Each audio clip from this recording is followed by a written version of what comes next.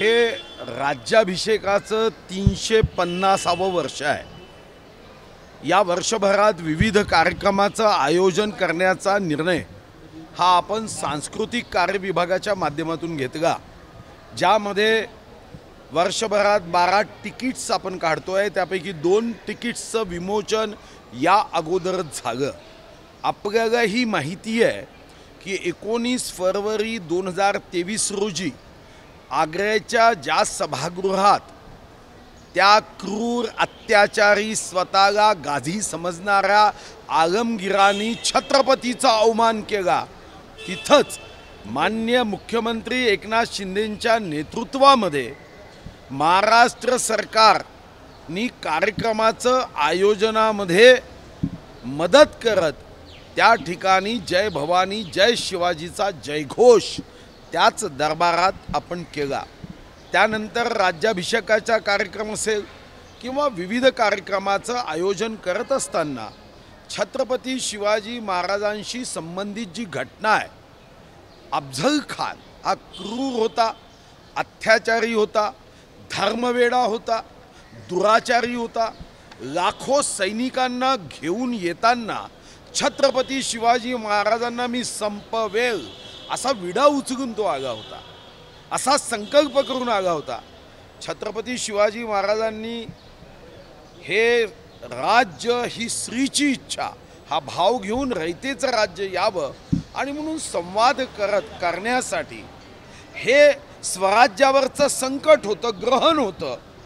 जेव्हा त्या ठिकाणी अफझल खानाच्या भेटीला छत्रपती शिवराय गेले, आमचे राजे गेले, त्या अफझल खानाने कोणत्याही सैनिकांना सोबत आणता येणार नाही, कोणतंही शस्त्र आणता येणार नाही, हे भेटीसाठी वेळ देताना कंडिशन टाकल्यात। शर्त ही होती, छत्रपती शिवाजी महाराजांना तर शंका होती की या अफझल खानाच्या रक्तामध्येच बेईमानी आहे, गद्दारी आहे, आणि म्हणून छत्रपती शिवाजी महाराज जेव्हा अफझल खानाने पाठीवर खंजीर खोपसला तेव्हा वाघनखांनी त्या पोटातून कोथळा काढत अफझल खानाचा, त्या दुराचारी क्रूर अफझल खानाचा वध केला। पहिलं काम मी आल्यानंतर महत्त्वाचं केलं की तो क्रूर अत्याचारी व्यभिचारी अशा अफझल खानाच्या कबरीचं अतिक्रमण होतं। 5 नोव्हेंबर 2022ला निर्णय केला। 10 नोव्हेंबर महाशिवप्रताप दिवस तारखेनुसार त्या दिवशी अफझल खानाचा वध केला गेला होता। आपण 0.22 हेक्टर हे अतिक्रमण हटवलं। आता दुसरा टप्पा ते वाघनख लंडनमधून आणण्याचा, आणि या दृष्टीने 1 ऑक्टोबरला रात्री 1:50 मी चाललो आहे। 3 ऑक्टोबरला MOU करतो आहे। मी माननीय मुख्यमंत्री महोदयांना विनंती केली, तेही MOU करत असताना उपस्थित राहणार आहे। साधारणतः नोव्हेंबरमध्ये योग्य तिथीवर हे वाघनख आपण परत आणतो आहे। तेव्हा माननीय मुख्यमंत्री महोदय, माननीय उपमुख्यमंत्री देवेंद्रजी, माननीय उपमुख्यमंत्री अजितदादा या तिघांनाही मी विनंती करणार आहे। देवेंद्रजींनाही मी विनंती परवा केली आहे, अजितदादांना 12 तारखेला विनंती करेन, आणि नोव्हेंबरमध्ये राज्य सरकारच्या वतीने मुख्यमंत्री आणि आमचे दोन्ही उपमुख्यमंत्री यांच्या उपस्थितीत हे वाघनख हे महाराष्ट्रामध्ये आणायचे आहे। MOU मध्ये आम्हाला त्यांनी काही कंडिशन्स सांगितल्या, त्या MOU मध्ये आम्ही करतो आहे। त्यांनी सांगितलं की वाघनख तुम्हाला गावागावापर्यंत नेऊन फिरवता येणार नाही, ते एका जागी ठेवावे लागतील। आम्ही छत्रपती शिवाजी महाराज संग्रहालयामध्ये हे वाघनख ठेवून महाराष्ट्र देशातून शिवभक्ताला दर्शनासाठी हे वाघनख तिथं असतील। माझा विश्वास आहे की छत्रपती शिवाजी महाराजांचं नाव जय भवानी जय शिवाजीचा जयघोष हा बेशुद्ध माणसाच्या रक्ताच्या थेंबाथेंबामध्ये चैतन्य निर्माण करतो। या आमच्या महापराक्रमी, लोककल्याणकारी, जनहितकारी छत्रपती शिवाजी महाराजांच्या वाघनखाचं दर्शन जेव्हा आमच्या नेत्राच्या माध्यमातून होईल तेव्हा मला विश्वास आहे की हृदयामध्ये एक ऊर्जा निर्माण होईल। या ऊर्जेतून आमची कृती ही या देशाला विश्वगौरव देशगौरव गरीबों के मसीहा नरेंद्र मोदीजींचा जो संकल्प आहे आत्मनिर्भर भारताचा वसुधैव कुटुंबकम भारताचा आम्ही सर्व एक आहोत मेरा भारत महान या भावनेला या माध्यमातून लाखो लोक दर्शनानंतर आपापलं योगदान छत्रपती शिवाजी महाराजांच्या रयतेचं राज्य निर्माण व्हावं भयमुक्त भारत भूकमुक्त भारत विषमता मुक्त भारत यासाठी जय भवानी जय शिवाजीचा जयघोष हा आपल्या महाराष्ट्रात आपल्या देशात नवे जगापर्यंत व्हावा याचा प्रयत्न उद्धव ठाकरे शरद शेतकऱ्यांच्या बांधावर पोहोचलेले आहे आणि ते म्हणाले एक मिनिट पहिले हा विषय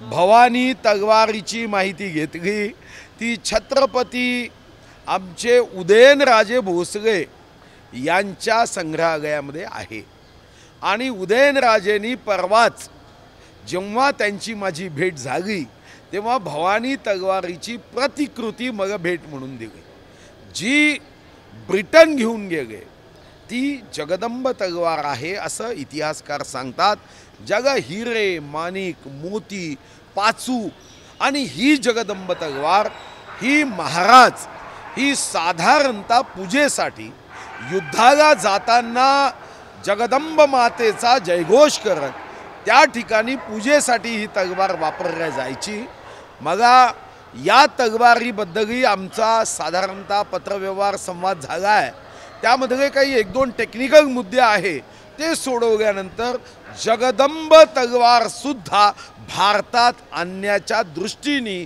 सकारात्मक पाऊल पडेल हा मला विश्वास आहे मुंबईला भाजप आमदारांची बैठक आहे तुम्ही नागपूरला आहे काय कारण नेमकं नाही मला या बैठकीच्या निमंत्रणाबद्दल माहिती प्राप्त झाली नव्हती आणि म्हणून माझा कार्यक्रम 8 तारखेचा निश्चित झाला बाकी यामध्ये काहीही नाही मी याच पक्षात आहे जीना या मरणा या अशा छोट्या गोष्टीतून मला वाटतं बातमी होणं हे काही योग्य नाही कारण मला निमंत्रण पोहोचलं नाही कदाचित पक्षामध्ये व्हॉट्सॲपमध्ये निमंत्रण दिलं गेलं असेल आणि ते माझ्यापर्यंत पोहोचलं नाही यापेक्षा जास्त काहीही नाही पण विदर्भातल्या एवढ्या ज्येष्ठ नेत्याला निमंत्रण नसणं तर आश्चर्याची गोष्ट आहे नाही आश्चर्य काही नाही असं कधी कधी घडतं कधी कधी निमंत्रण व्हॉट्सॲपवर दिलं जातं आणि मी व्हॉट्सॲप काही रोजच पाहतो असं नाही आहे आणि म्हणून व्हॉट्सॲपवर दिलेलं निमंत्रण माझ्या जर वाचण्यात आलं नाही तर तो कार्यक्रमाला जातानाही अडचणी येतात याशिवाय मला वाटतं दुसरं काहीही नाही आज जर तुमच्याकडे कोणती बातमी नसेल तर निश्चितपणे ही चालवली पाहिजे उद्धव ठाकरे शेतकऱ्यांच्या बांधावर पोहोचले आणि ते म्हणतात आहे की शासन आपल्या दारी आणि दुष्काळ पुरवले मला असं वाटतं की खरं तर काही विषयावर राजकारण बंद केलं पाहिजे पण दुर्दैवाने सत्तेसाठी राजकीय नेत्यांमध्ये असा एक समूह तयार झाला आहे की प्रत्येक गोष्टीचं राजकारण करायचं आणि ही दुर्दैवी बाब आहे आणि काही लोकांना याच्याबद्दलची माहिती प्रशासकीय असली पाहिजे की शेतकऱ्यांच्या पाठीशी ते हे सरकार पूर्ण शक्तीने उभं आहे म्हणूनच केंद्राचे 6,000 राज्याचे 6,000 12,000 रुपये शेतकऱ्यांना जाणार आहे नियमित कर्ज भरणाऱ्यांच्या खात्यावर 50,000 रुपये टाकू अशा घोषणा करणारे नेते आता बांधावर गेले त्यांनी 6 मार्च 2020ला घोषणा केली 1 रुपया दिला नाही 8 मार्च 2021ला घोषणा विधानसभेत केली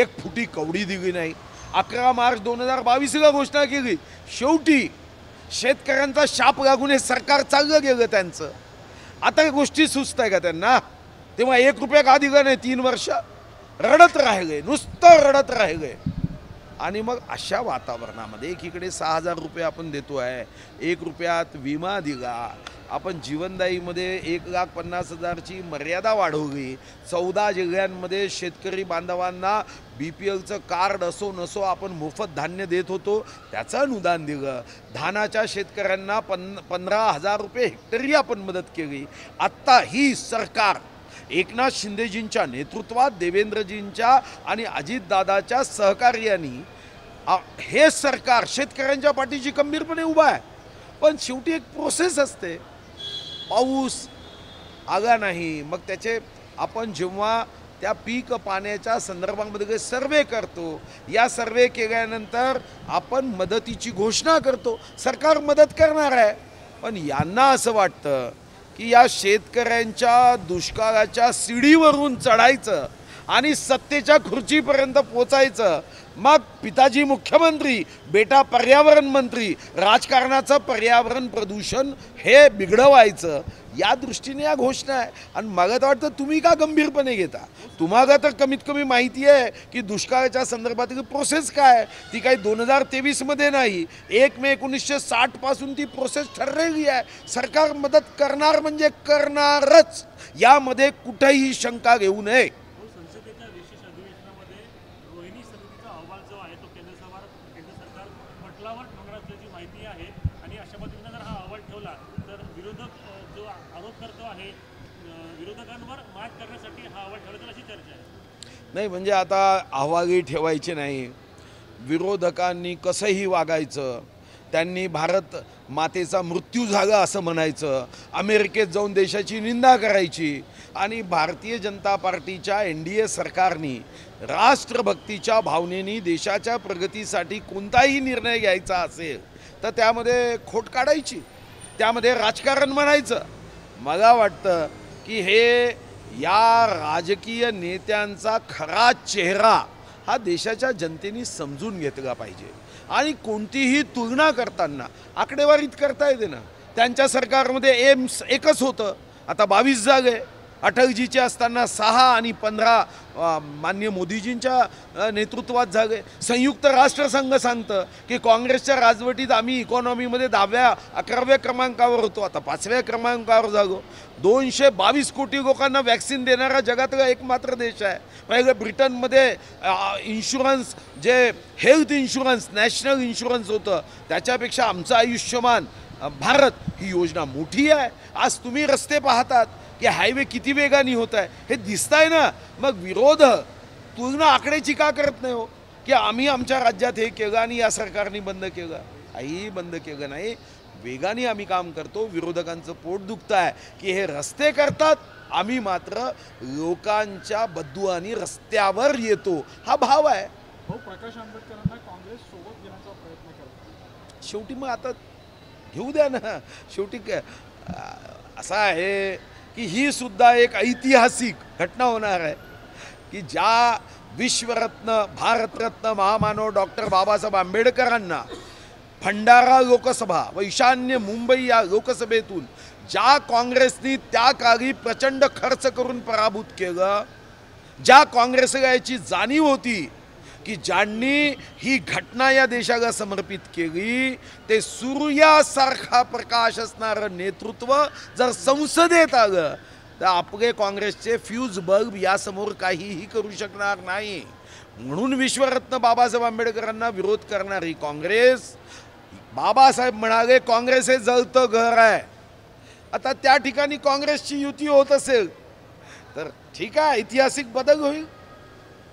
पंकजा मुंडेच्या यात्रेकडे भाजपच्या नेत्यांनी पाठ फिरवली.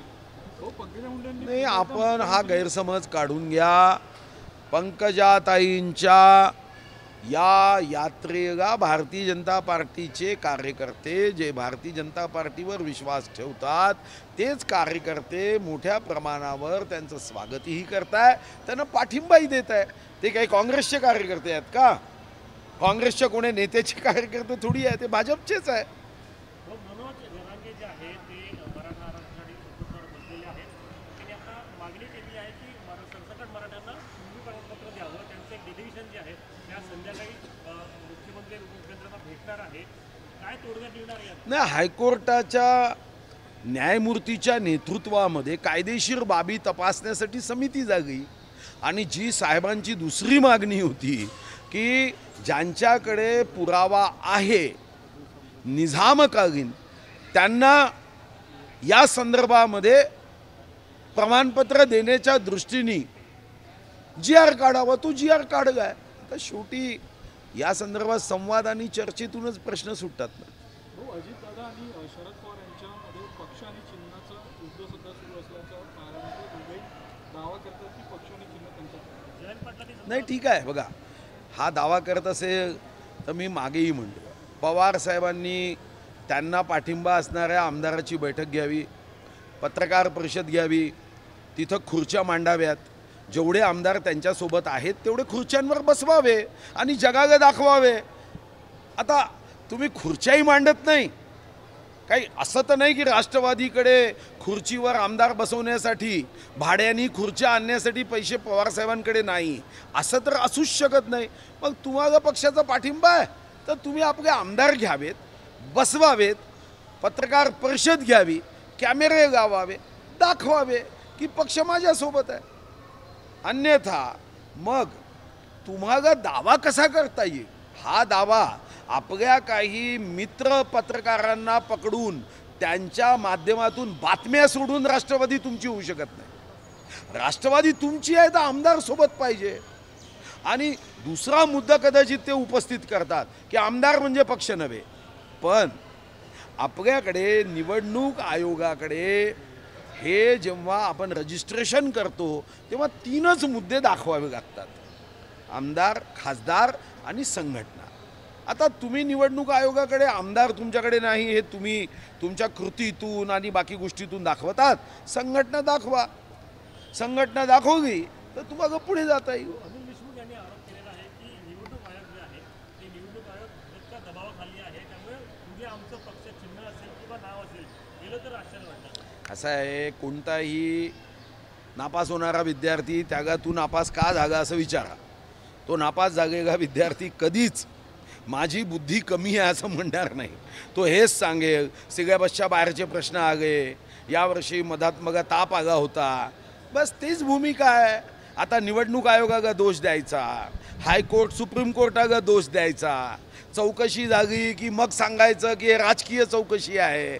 मला असं वाटतं की याकडे गंभीरतेने पाहायची आवश्यकता नाही. जगामध्ये महात्मा गांधी जर सोडगेत का कोणताही माणसाने आजपर्यंत जगात स्वतःचा अपघात कबूल केलेला नाही. हो, जयंत पाटलांनी म्हटलं की देवेंद्र फडणवीसांनी चुकी केली नाही तर माफी कशाला मागतात. असं आहे की चुकी केली नाही तर माफी का मागावी, त्यांना हे अजून समजलं नाही की त्यांची चूक काहीही नाही, पण तिथं असणाऱ्या जर पोलीस कर्मचाऱ्यांनी चूक केली असा एक समाजाचा आक्रोश आहे तर त्या पोलीस कर्मचारी अधिकाऱ्यांच्या वतीने माफी मागितली जाते.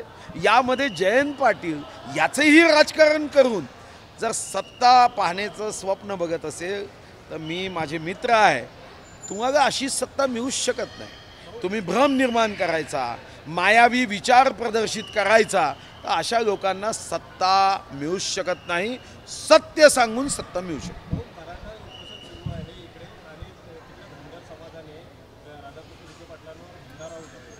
हो, आज मी बातमी पाहिली आणि त्यांनी सुद्धा मागणी केली, पण तो धनगर समाजनी उधळला असं म्हणणं होणार नाही, ते एका व्यक्तीने उधळलं. दुसरीकडे कुणबी समाज संघटना ज्या आहेत त्याही आक्रमण झाले. त्यांचं म्हणणं आहे की जर मराठ्यांना तुम्ही सरसकट तुम्ही प्रमाणपत्र दिलं तर आम्ही रस्त्यावर उतरून आंदोलन करू. आणि या अनुषंगानं विरोधक म्हणतात की भाजपची खेळी आहे, ओबीसी आणि मराठ्यांमध्ये वाद निर्माण झाला. नाही, असं विरोधक म्हणणार आहे, हेच ते विरोधक आहे. तिथं जाऊन उपोषण मंडपामध्ये त्यांनी सांगितलं की ओबीसीमध्ये आरक्षण दिलं पाहिजे. काँग्रेसचे नेते आहे, हे भाजपचे नेते आहे का? अशी टीका करणाऱ्यांच्या मेंदू तपासलं पाहिजे. कोण जाऊन तिथं मागणी केली? काय भाजपच्या नेत्यांनी जाऊन मागणी केली तिथं? काँग्रेसचे नेते गेले, पाठिंबा आहे म्हणाले की आम्हाला असं असं आरक्षण जे आहे ते देण्यात यावं.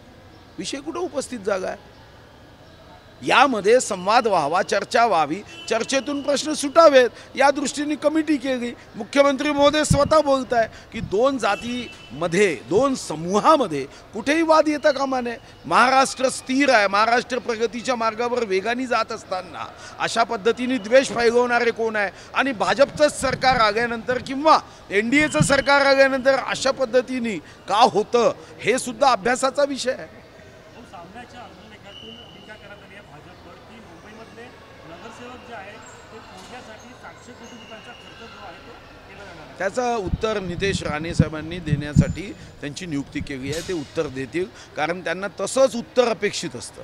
हो, दहीहंडी उत्सवामध्ये डीजे बंद करायला लागला म्हणून पोलीस पाटील यांनी पोलिसांना धमकी दिली. नाही, ठीक आहे, मला माहीत नाही धमकी आता काय बोललेत आणि तुम्ही त्याला कशा पद्धतीने धमकी घेता मला माहीत नाही. पण साधारणतः कधी कधी अशा प्रसंगामध्ये शब्द वापरताना तो शब्द काही वापरला गेला असेल तर उन्मेष पाटील त्याच्याबद्दल खुलासा करतील. आता उन्मेष पाटलांनी काय बोललं याचाही खुलासा जर मी करायला लागलो ते योग्य नाही आहे. त्याची लोकसभा निवडणुकीसाठी तयारी सुरू झालेली आहे. रिपोर्ट कार्ड जे आहे ते तयार होतं आहे आणि काही जे खासदार आहेत त्यांचं रिपोर्ट कार्ड जे आहे ते असमाधानकारक आहे अशी माहिती. नाही, मला तर अशी कोणती माहिती मिळाली नाही. तुमच्याकडे कोणत्या कोणत्या खासदाराचे रिपोर्ट कार्ड अशा पद्धतीने आले असतील सांगा. ते माझे मित्र असतील तर मी त्यांना सावधान करतो. वागण्याचं हिंदी में अफजल खान को ढेर किया वो वागनाथ भारत आने वाला है, क्या इस बारे में महाराष्ट्र सरकार की क्या भूमिका है? अफजल खान के पेट को फाड़ते हुए उसकी आतड़ी को निकालने का छत्रपति शिवाजी महाराज के पीठ पे जब खंजीर खोपा गया तो छत्रपति शिवाजी महाराज जी ने वाघ का उपयोग करते हुए अफजल खान को ढेर कर दिया, उसका वध कर दिया. उस मस्ती में आए हुए जो व्यभिचारी था, अविचारी था, जो हमारे स्वराज्य को समाप्त करने का संकल्प लेके आया था, लाखों की फौज लेकर इस महाराष्ट्र के स्वराज्य को उद्ध्वस्त करने का सपना देख के आया था, हमारे छत्रपति राजा ने उसको वाघनख से समाप्त कर दिया. वाघनख ये हमारे लिए आस्था का प्रतीक है, हमारे लिए अस्मिता का प्रतीक है, हमारे लिए ये तेज और उत्साह ऊर्जा देने वाला प्रतीक है. अभी मैं 1 तारीख अक्टूबर को लंदन ब्रिटेन एयरवेज से जा रहा हूँ. 3 तारीख को MOU होगा और MOU के बाद नवंबर में हम वो वाघनख लाएंगे. माननीय मुख्यमंत्री जी से मैंने रिक्वेस्ट की, मुख्यमंत्री जी भी कुछ कामों से लंदन में ही है. MOU के समय वो भी रहेंगे. हमने ब्रिटेन के प्राइम मिनिस्टर साहब को भी समय मांगा है, देखते हैं. उन्होंने समय दिया तो और कुछ वस्तुएं जो हमारे महाराष्ट्र की है उसके बारे में भी चर्चा होगी. अगर समय नहीं दिया फिर भी हम अपने वाघनख के बारे में हमारा संवाद हो चुका है. वाघनख का MOU करते हुए नवंबर में, जिस नवंबर में महाशिव प्रताप दिवस होता है, उस नवंबर में हम वाघनख लेके आएंगे.